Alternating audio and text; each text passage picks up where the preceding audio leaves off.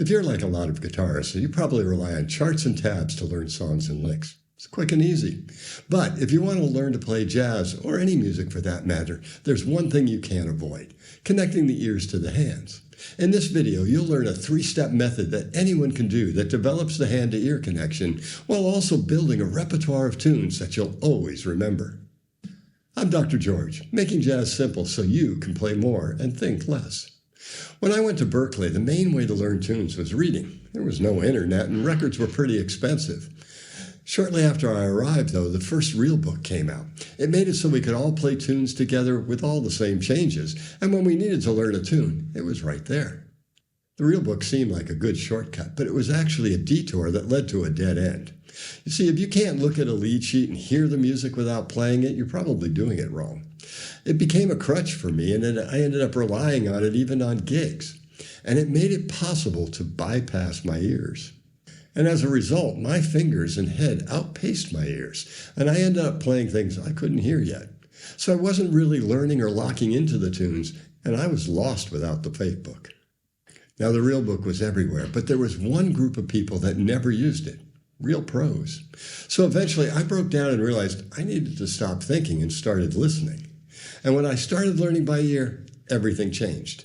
Now, I'm not talking about traditional ear training lessons. Those are for developing coordination between your eyes and your ears. I wanted a more practical approach that directly affected my playing. My solution included 3 simple steps. 1, listening. 2, playing melodies by ear. And 3, learning the chords by ear. With the fake book, I had been playing a bunch of tunes I had never really listened to. The notes and chords were right, but there were some things I was missing. There are a lot of things you pick up from listening to music that you don't even realize. Growing up, I listened to rock and blues, and that's how I learned the sounds of those styles. So I did the same thing with jazz. You'll want to listen to as much as you can. Jazz radio is great for hearing new music, and streaming offers virtually everything that's ever been recorded. Don't just listen to guitar either. You'll want to listen to different styles, players, and instruments. Then find some favorites and zero in. Now, I'm sure that you've had times when you've had music on in the background and weren't really listening to it. There's nothing wrong with that, but make sure you also do some active listening too. That's where you don't do anything except listen to the music, and you try to hear something new each time you listen. The best ear training is to play melodies by ear. You probably know hundreds, maybe even thousands of melodies already. And it can be anything: nursery rhymes, folk songs, pop songs, standards. You want to play them all. But first, sing them. It's the only way to be sure you really know the melody. So here's an example of how I learn a melody. Now, while making the video, the tune Blue Skies popped into my head. So first, I sang it to make sure I knew the whole song. Do do do ba do do do ba do do do do do, and then do ba do ba do do do ba do do do ba do do do ba do do do ba do ba do do ba do do do ba do do do ba do do do. Sometimes I know the A section and not the bridge, or there are a few measures I'm not sure about. And when that happens, I find some versions of the song and listen until I'm sure I've got it. You should listen to 3 to 5 versions, especially some with vocals, until you have it in your ear and can sing it easily. Now, I also figured out by singing it that the form was AABA. Then I figured out the key by singing the last note. Da ba da da da da ba da. Okay, so we're in B flat. So next, choose one of your scale patterns and then sing and learn how to play the song. So do-do.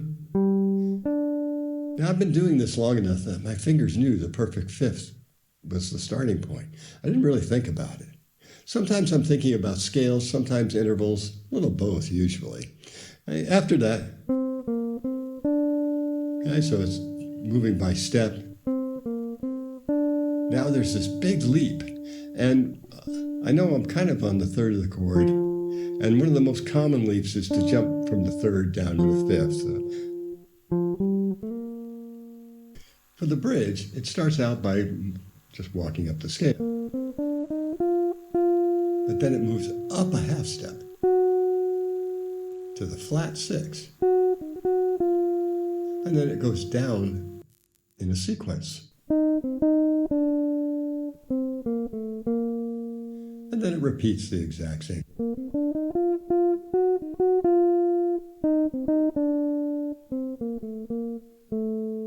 leading us back to the A section.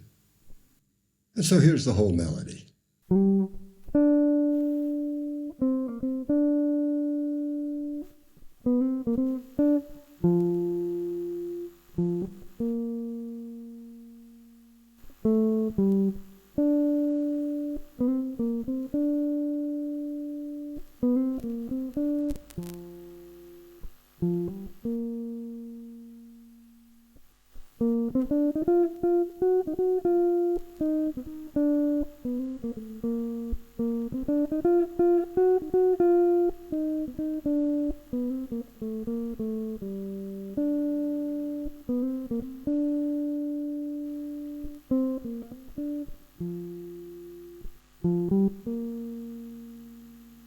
So now for the chords.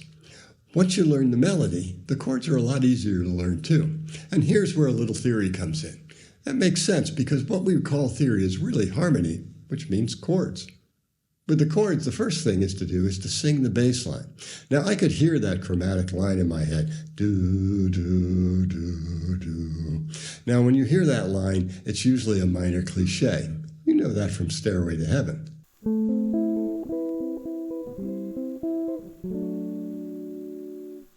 Now, the minor cliche is a really common technique in jazz, and it's often on the 6th chord, so we're going to try that first.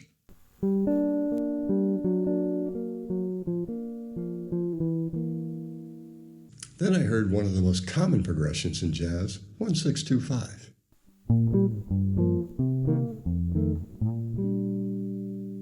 And then at the end, we'll also need a turnaround chord, a 5-7-6, to take us back to the 6th chord and repeat the A section. So here's the whole progression.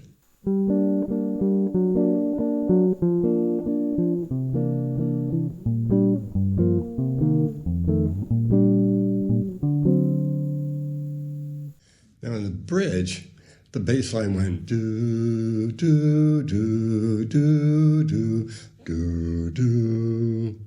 That's just 1-4-5. But in the melody, we had a flat 6 when the 4 chord occurred. That means that we can't be playing E flat major. We're going to have to play E flat minor. That's a borrowed chord from the subdominant minor. And so here's the whole song.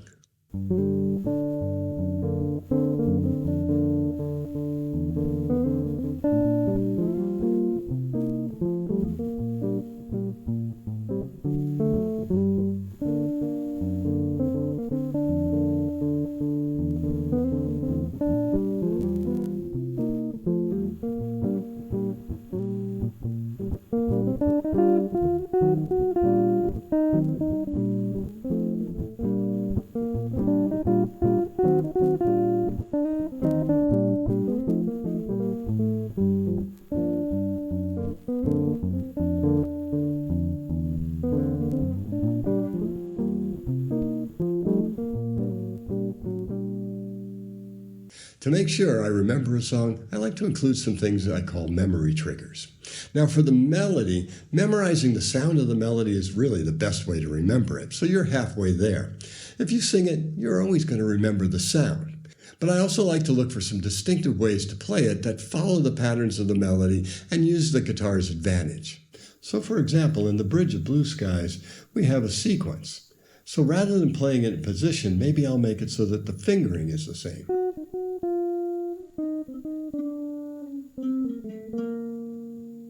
You'll find things like this in every song. The memory trigger for chords is analysis. In Blue Skies, the A section has 2 things to remember, the minor cliche and 1-6-2-5. And then the B section is tonic, subdominant minor, dominant, and that's it. So those are 3 basic things to remember instead of 16. This is just one of the ways I help guitarists simplify jazz and start playing with confidence. If you want to know more, sign up for a free one-to-one online lesson. We'll look at your playing and I'll show you something that'll help you right away. You'll find the link down below. Now for me, this was a complete transformation. I developed a better, more intuitive understanding of melody. And when you understand the melody, your solos improve almost automatically. They become more melodic and more connected. You stop trying to remember the tune and you just play. And that means that you can be more expressive. And once I've learned the tune this way, I can recall it with very little effort, even months or even years later. Now, I want you to know there's nothing wrong with reading tunes in a fake book. You just have to use it the right way. It's really intended to be just on a gig for requests. But it also works for reading practice or just becoming familiar with the repertoire. But don't learn tunes from the fake book. That was never the intent. Now, this isn't going to happen overnight, but it will happen sooner than you think. And it will be a little bit harder at first, but it gets easier with every tune. Each tune you learn will have melodic and harmonic patterns that will start to become familiar, and it will pay huge dividends in the end. Eventually, you'll be able to learn a tune quickly. I learned Blue Skies in about 30 minutes, and I won't forget it. So don't wait. Start now. Learning melodies by ear is just a matter of listening, singing, and playing, but learning the chords does require some theory, though it's less than you think. I explain it all in this video. Check it out.